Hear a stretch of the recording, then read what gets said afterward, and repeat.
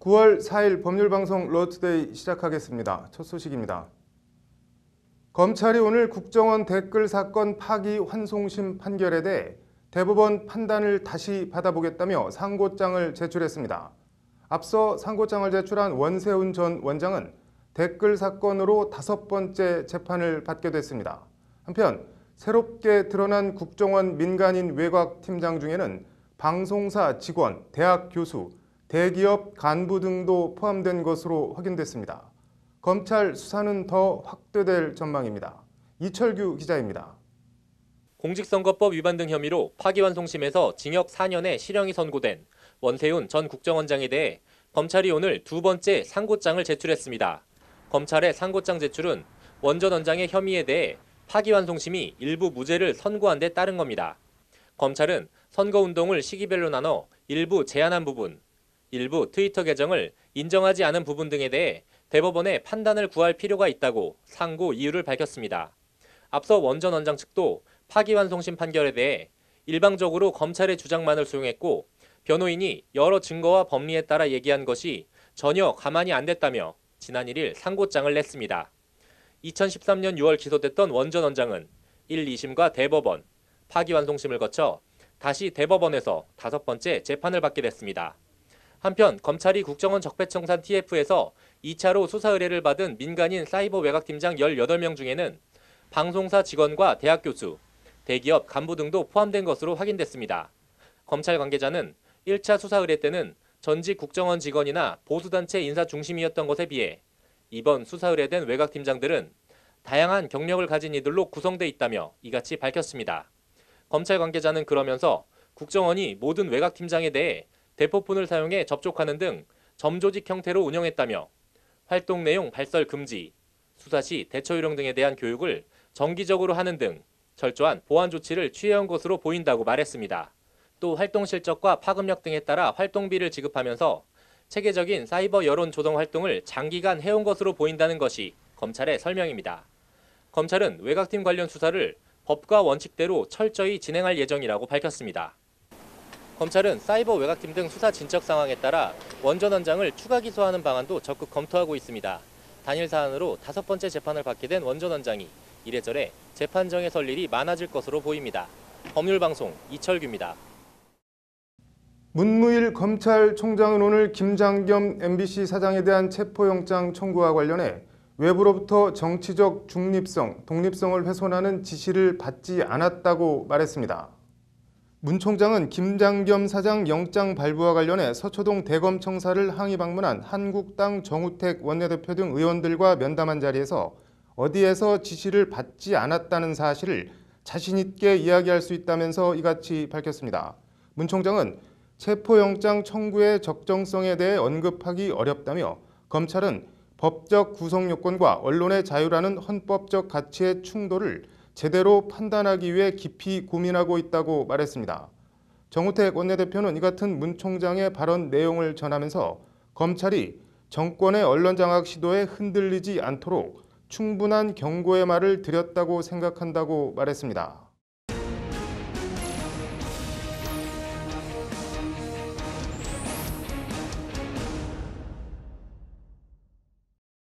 네, 로인사이드 MBC 김장겸 사장 체포영장 얘기 더 해보겠습니다. 남승한 변호사 나와 있습니다. 남 변호사님, 일단 김장겸 MBC 사장이 내일 자진 출석하겠다는 의사는 밝혔는데 그동안 경과 좀 간략하게 설명을 좀 부탁드릴까요? 네, MBC 노조가 부당노동 행위로 MBC 고용진 등을 이제 고용청, 노동부에 고발한 것인데요. 고발하고 나니까 뭐 여러 차례 소환을 한 것 같습니다. 여하튼 여러 차례 소환 조사에 응하지 않았다는 것이고 그런 이유로 인해서 체포영장을 신청하고 검찰이 청구해서 법원이 발부한 것입니다. 네, 일단 뭐 오늘 집행하러 갔다가 내일 자진 출석하겠다고 해서 뭐 끌려가는 모양새는 보이지 않겠다라는 건데, 근데 체포영장이 정확히 어떤 건가요? 구속영장이랑은 뭐 어떻게 다른 건가요? 체포영장의 경우에는 범죄를 범하였다고 의심할 만한 상당한 이유가 있는 경우에 출석 요구에 응하지 않으면 출석을 확보하기 위해서 이제 발부하는 것인데요. 구속영장과 다른 점은 구속영장의 경우에는 소위 구속을 필요로 하는 사유라고 그래서 주거가 일정하지 않는다거나 네. 또는 증거를 인멸할 염려가 있다거나 이런 흔히 영장 발부할 때 나오는 그 사유들이 있어야 네. 합니다. 그런데 체포영장의 경우에는 상당한 이유와 출석 요구에 응하지 않거나 응하지 않을 우려가 있다는 사정만 가지고도 발부할 수가 있습니다. 그러면 체포영장이 발부돼서 신병을 확보하면 얼마나 확보를 해낼 수가 있는 건가요? 체포영장이 발부된 때로부터 집행한 때로부터 네. 48시간 이내에 풀어주거나 구속영장을 청구해야 합니다. 네. 뭐 체포영장 기간 안에 김장겸 MBC 사장이 뭐 내일 자진 출석하겠다고 했는데 출석하지 않거나 체포영장 그 발부 기한이 지나면은 그 다음엔 어떻게 되는 건가요? 영장 발부 기간이 지나면 다시 영장을 청구할 수 있고요. 네. 그럼 아마 재발부가 유력할 것 같습니다. 네. 그리고 경우에 따라서는 나중에 구속영장 청구 사유가 될 소지도 있기 때문에 어쨌든 일단 나가는 게 본인한테 좋은 거겠네요. 현재 당연합니다. 상황에서는. 네. 그 문무일 총장이 오늘 그 뭐 외부 지시 같은 거 없었다 뭐 이렇게 얘기를 했는데 그래도 어쨌든 공영방송사 현직 사장한테 체포영장이 발부된 거는 아마 사상 처음 있는 일인 것 같은데 보시기에 이게 체포영장이 발부될 만한 사안인가요? 아니면 좀 노동청에서 약간 뭐 이른바 오버를 한 것 같은가요? 어떠세요? 요건만 따진다면 체포영장이 발부되는데 전혀 문제가 없습니다. 뭐 방송사 사장에 대해서 한 것을 떠나서 예를 들면 뭐 근로기준법 또는 이런 관련 법률 위반으로 영장이 발부된 사례가 없는 것 아니냐 이럴 수 있지만 통계청 조사한 것만으로도 드러나는데 뭐 네. 한 500여 건 가까이가 발부된 사례가 있고 작년에만 한 해 그 정도 한 해에만 그런 사례가 있기 때문에 뭐 아주 이례적인 거라고 보기는 참 곤란한 것 같습니다. 네.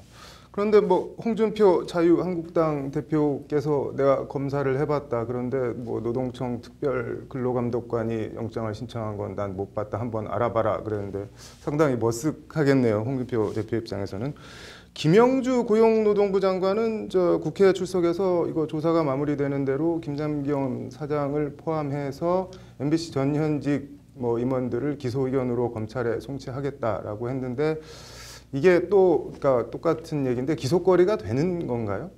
법률적으로만 따지면 노동조합에 가입하거나 노동조합 활동을 한다는 이유로 어떤 불이익을 주거나 심지어는 인사상 이득을 주는 경우에도 부당노동 행위로 처벌한 사례가 있습니다. 그런데 입증 책임이 기본적으로는 피용자에게 있고 사용자가 내가 노동조합을 방해할 목적으로 했다는 것을 그렇지 않은 걸 입증해야 하는 게 아니라 입증 책임이 피용자에게 있다 보니까 그러니까 근로자가 입증을 해야 예, 된다. 근로자에게 있고 또 그러다 보니까 형량도 좀 낮은 편이었습니다. 그럼 재판에 가게 되면 쟁점이 저 사람이 노조 활동을 방해하기 위해서 부당한 거를 했다라는 거를 노동자들이 입증을 해야 된다 이런 게 쟁점이 되겠네요. 네, 기소 단계까지는 노동자들이 그걸 입증했다고 봐서 검사가 이제 기소를 하는 거니까요. 그 네. 뒤에 입증 책임은 당연히 검사에게 있는 겁니다.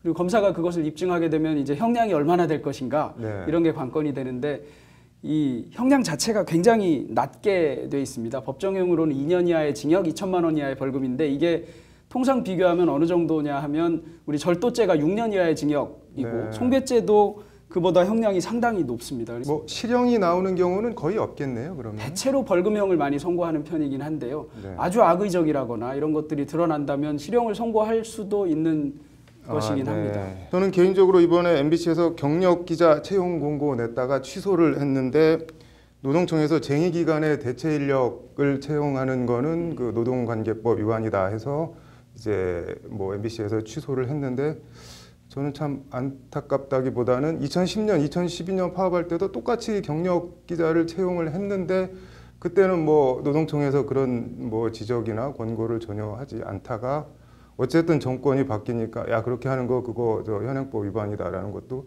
어떻게 보면 좀 씁쓸해 보이기는 하던데요. 네. 사태가 어디로 가는지 좀 관심을 갖고 지켜보겠습니다. 잘 들었습니다. 네, 법무부가 오늘 출입국 외국인 정책본부장에 비검사 출신 차규근 법무법인 공존 변호사를 임명했다고 밝혔습니다. 지난달 20일 법무실장에 50년 만에 비검사 출신 이용구 변호사를 임명한 데 이어 두 번째 탈검찰화 인사입니다. 차 변호사는 2006년에도 외부개방 공모를 통해 법무부 출입국 외국인 정책본부 초대 국적난민과장으로 발탁돼 2011년까지 일했으며 2013년부터는 법무부 난민위원회 위원으로 참여하고 있습니다. 법무부는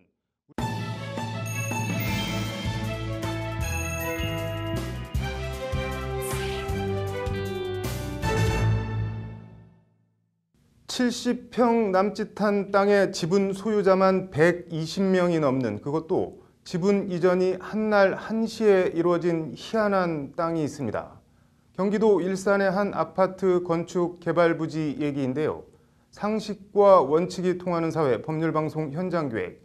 부동산 개발 사업이 아무리 복마전이라고 하지만 이런 경우도 있는지 정순영 기자의 리포트 보시고 판단해 보시기 바랍니다. 경기도 고양시 일산 동구 식사동 식사 2개발지구 2블록입니다. 전체 22만 7천 제곱미터 부지에 내년 초까지 2,200세대 규모 아파트 단지가 들어설 계획이었지만 아파트 분양은커녕 기초 공사도 안 돼 있고 사업 부지는 여전히 허허벌판입니다. 시행사들 간에 분쟁이 생기며 사업이 몇 년 동안 사실상 멈춰선 겁니다. 발단은 조합 설립과 조합원 자격을 둘러싼 갈등. 일단 사업은 지난 2004년 신한건설산업이 원래 이 지역에 갖고 있던 사업 부지에서 시작했습니다. 이후 DSD 3호라는 회사가 들어오며 덩치를 키워 사업 부지는 현재의 22만 7천 제곱미터까지 확대됐습니다. 현재 사업 부지 소유권은 신한이 5만 7천 제곱미터, 3호가 8만 4천 제곱미터, 그리고 개인 토지주 등이 나머지 8만 6천 제곱미터 정도를 갖고 있습니다. 문제는 개인 토지주 등이 설립한 도시개발사업조합. DSD 3호는 신한건설산업과 시공권을 두고 갈등을 빚고 있다고 밝혔지만 사실을 확인해 본 결과 내용의 핵심은 전혀 다릅니다. 해당 공사 부지에 포함되어 있는 식사동 587의 14번지 등기부 등본을 떼봤습니다. 무려 32페이지나 됩니다. 일단 전체 소유권은 3호가 2008년 9월 18일자로 넘겨받아 등기를 완료했습니다.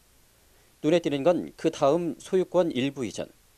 등기를 마친 바로 다음 날 3호는 129명에 대해 한날 한시에 지분 일부를 이전했습니다. 지분 매매 금액은 263만 원이 채 안 됩니다.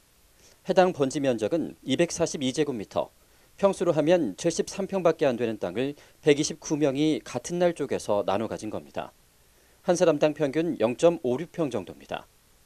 지분 매수인들의 주소는 경기도는 물론 서울, 인천, 충청 남북도, 전라도 등 전국에 흩어져 있습니다.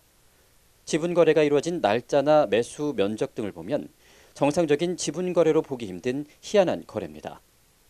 587의 12번지만 그런 게 아닙니다. 같은 지구내 식사동 634의 6번지도 마찬가지입니다. 168제곱미터밖에 안 되는 대지에 2006년 12월 14일 한날 한시 112명에 대해 동시에 지분 이전이 이루어졌습니다. 한 사람당 반평이 채 안 되는 소유권 이전입니다. 어떻게 이런 거래가 이루어졌는지 3호 측 답변을 듣기 위해 여러 차례 연락을 했지만 이렇다 할 설명을 들을 수는 없었습니다. 네, 총무부장님께서 하시는데 왜 이쪽으로 연결해 주셨지? 옆에 팀이라서 잘 모르겠는데 메모 남겨주시면 제가 연락드리라고 할게요. 신한 측은 가짜로 조합원 수를 늘리기 위한 전형적인 이른바 지분 쪼개기라고 주장합니다. 3호가 이런 식으로 조합을 장악한 뒤 전횡을 일삼아 사업이 좌초되면서 이자 비용 등 극심한 피해를 보고 있다는 것이 신한 측의 주장입니다. 저희가 이제 문제 삼는 거는 그런 공유 지분자를 만들어 놓았다는 그 자체가 아니라 그 공유 지분자들이 과연 진짜 소유주냐 아니면은 그 3호라는 회사의 직원들을 동원해서 만들어낸 사실 명의 신탁 그 조합원이냐의 이제 문제입니다. 그래서 이분들이 실질적인 그 소유주가 아니라 조합 인가를 내준 고양시청 측도 제대로 설명을 못하고 난감한 기색입니다. 일단 저희는 행정기관이 수사기관이 아니잖아요. 그리고 그게 만약에 이게 좀 약간 뭔가 의심이 된다 뭐 이런 전환해서 뭐 아닌 거 아니냐 해서 저희가 수사 권한이 있어가지고 뭐 수사를 할 수 있는 것도 아니고. 조합 측은 극도로 민감한 반응을 보였습니다. 어느 그런 소리예요. 아니 제가 조합장인데 제가 사업 사람입니까? 아세요? 제가 누군지? 신한 측은 DSD 3호 회장과 조합장 외 5명을 부동산 실명법 위반과 업무상 배임 등 혐의로 검찰에 고발한 상태입니다. 이런 식의 장난을 하는 것을 이제까지 딴 데 가서는 통했겠죠. 그렇지만 저는 이게 뭐 22년 전에 사는 땅입니다. 저한테 안 놀아나죠. 양측의 입장이 팽팽히 대립되는 가운데 검찰은 불법 명의신탁 등 고발 사건에 대해 수사를 진행하고 있습니다. 수사 결과 등기부상 공유 지분권자들이 명의만 빌려준 명의수탁자로 확인될 경우 상당한 파장이 예상됩니다. 법률방송 정순영입니다. 이어서 법조계 소식 전해드리겠습니다. 김희수 헌법재판소장 후보자 임명 동의안 국회 처리가 또 불발됐습니다. 여야는 당초 오늘 김 후보자 인준안을 표결 처리하기로 합의했으나 한국당과 바른정당이 김장겸 MBC 사장 체포영장 발부에 반발하며 반대하고 국민의당도 정세균 국회의장에게 처리 연기를 요청했습니다. 8개월째 접어든 헌재 소장 공백 사태는 해결 기미가 보이지 않고 있습니다. 세계 한인 법률가회가 제25차 정기총회 및 학술대회를 14일부터 4일 동안 한양대 법학전문대학원에서 개최합니다. 세계 한인 법률가회는 세계 각국에서 변호사, 판사, 검사, 법학교수로 활약하는 한국인 법조인들이 1998년 창설한 단체입니다. 이번 총회에서는 정보화 사회의 핀테크 관련 주제, 범죄 수익 추적, 역외 탈세 등을 다루는 세미나가 열립니다. 법무법인 지평은 해외 진출 10주년 기념 고객 정보마당 행사를 7일 대한상공회의소 국제회의장에서 개최합니다. 베트남 호치민과 하노이, 중국 상하이, 러시아 모스크바 등 해외 9개 지역 현지 사무소장과 서울 본사 해외 업무팀이 고객들과 상담을 통해 현지 정보를 나눕니다. 아동권익보호학회는 16일 서울중앙지법 대강당에서 이혼과 아동의 보호를 주제로 심포지엄을 엽니다. 이혼 절차 각 단계에서 아동 보호 및 권리 옹호 등 문제를 다룹니다. 이번 심포지엄은 대한변협 변호사 전문 연수 시간으로 인정됩니다.